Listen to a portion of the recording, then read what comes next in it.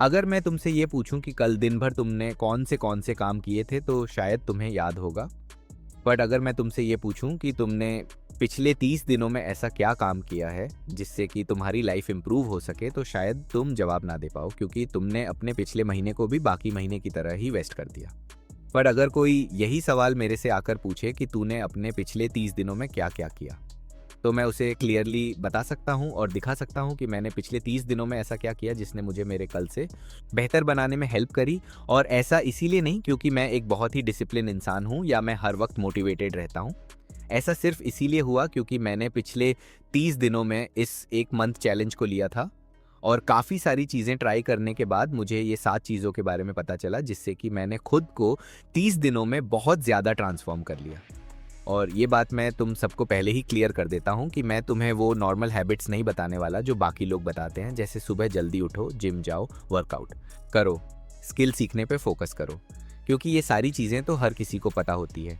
पर मैं कुछ ऐसी चीज़ें सिखाऊंगा, कुछ ऐसे रूल्स बताऊंगा जिसे अगर तुमने समझ लिया और आने वाले 1 महीने के लिए अपनी ज़िंदगी में अप्लाई कर लिया, तो फिर तुम वो नहीं रहोगे जो आज तुम हो।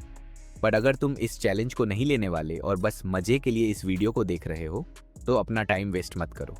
बट अगर तुम सच में अपनी ज़िंदगी को बदलना चाहते हो, तो अपने इस भाई पर सिर्फ कुछ मिनट के लिए ट्रस्ट करके देखो।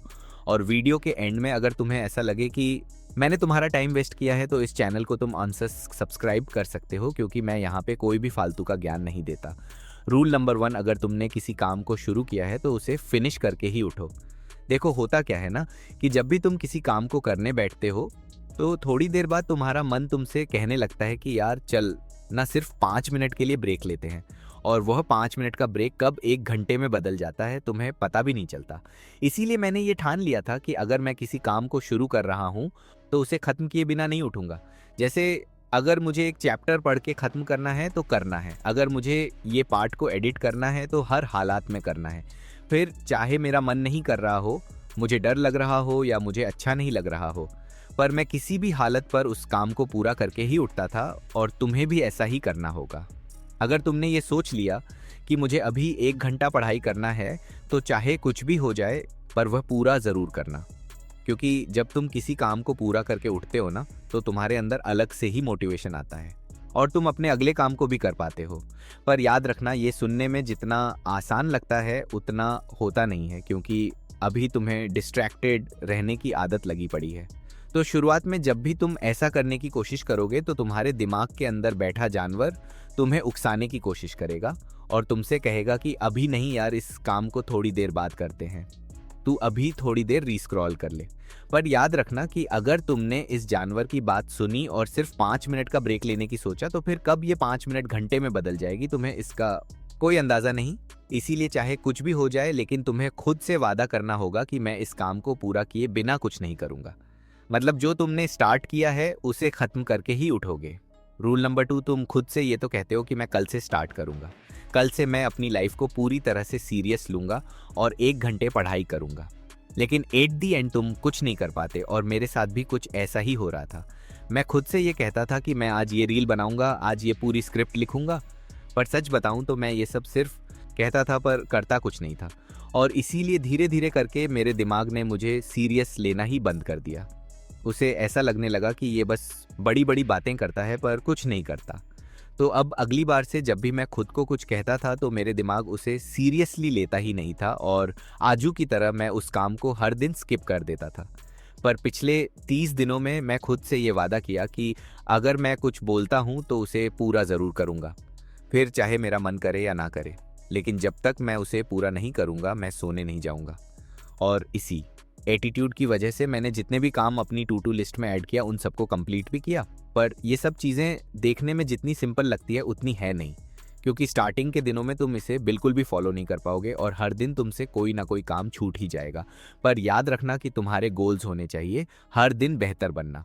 अगर तुमने कल 5 काम को स्किप किया था तो कोशिश करना कि अगले दिन सिर्फ 4 को ही स्किप करो और धीरे धीरे करके तुम हर एक काम को पूरा करने लगोगे। रूल नंबर 3, जिस दिन तुम्हारा दिमाग तुमसे ये कहे कि यार आज काम करने का मन नहीं कर रहा, उस दिन उस काम को तुम्हें डबल करना होगा।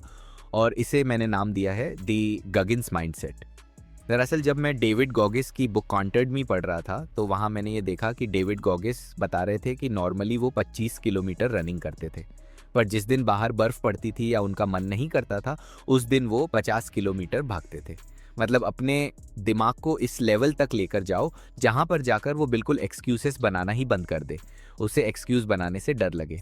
उसे ये बात समझ में आ जाए कि अगर मैंने आज एक्सक्यूज़ बनाए तो मुझे डबल काम करना पड़ेगा। लेकिन ऐसा करने के लिए तुम्हारे पास एक स्ट्रॉन्ग माइंडसेट का होना बहुत ज़रूरी है, क्योंकि अगर तुम्हारा माइंडसेट ही कमज़ोर है तो तुम इस रूल को कभी भी अपने ऊपर अप्लाई नहीं कर पाओगे।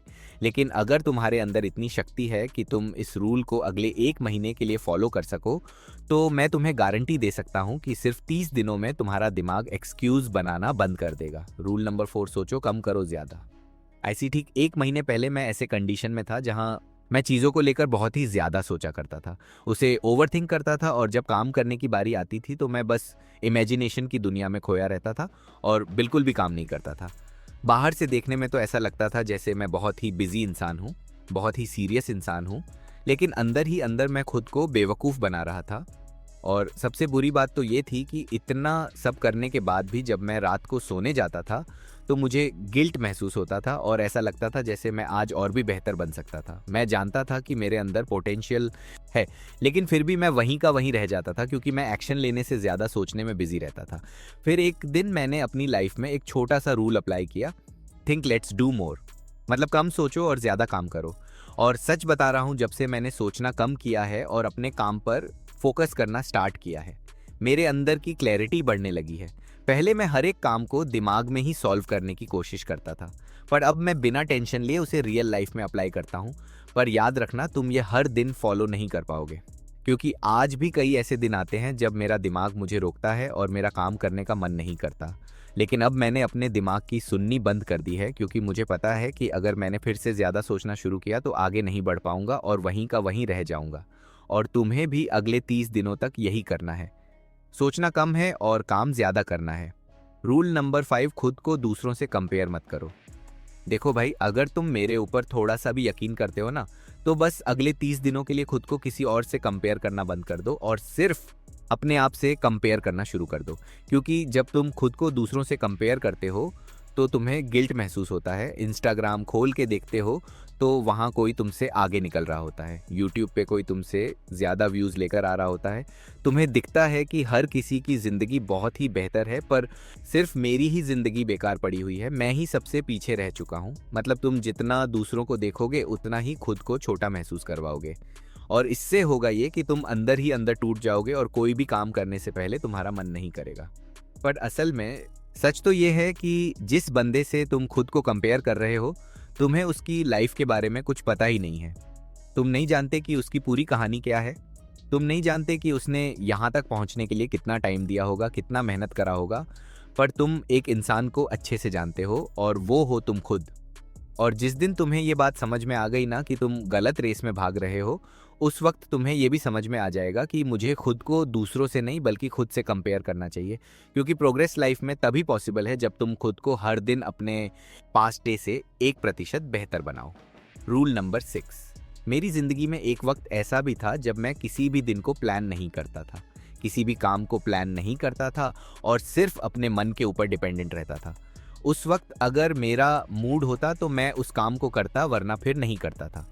और सच बता रहा हूँ, जब तक मैंने खुद की लाइफ को इसी तरीके से कंटिन्यू रखा, मेरी ज़िंदगी में प्रोग्रेस बिल्कुल ख़त्म हो चुकी थी।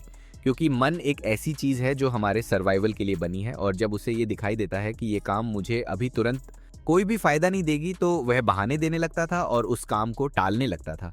पर जब से मैंने प्लानिंग करना स्टार्ट किया है, तब से मैं हर दिन अपने सारे काम को पूरा करता हूँ। इसीलिए अगले 30 दिनों तक हर दिन रात को सोने से पहले ये प्लान कर लो कि अगले सुबह उठकर मुझे क्या करना है, क्योंकि ऐसा करने से इसके चांसेस बढ़ जाते हैं कि तुम उस काम को ज़रूर करोगे।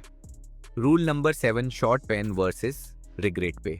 हर दिन तुम सुबह उठते हो ना, तो तुम्हारे पास 2 चॉइसेस होते हैं, या तो एक छोटा सा पेन अभी झेल लो, या फिर बाद में रिग्रेट, पेन को झेलते रहना।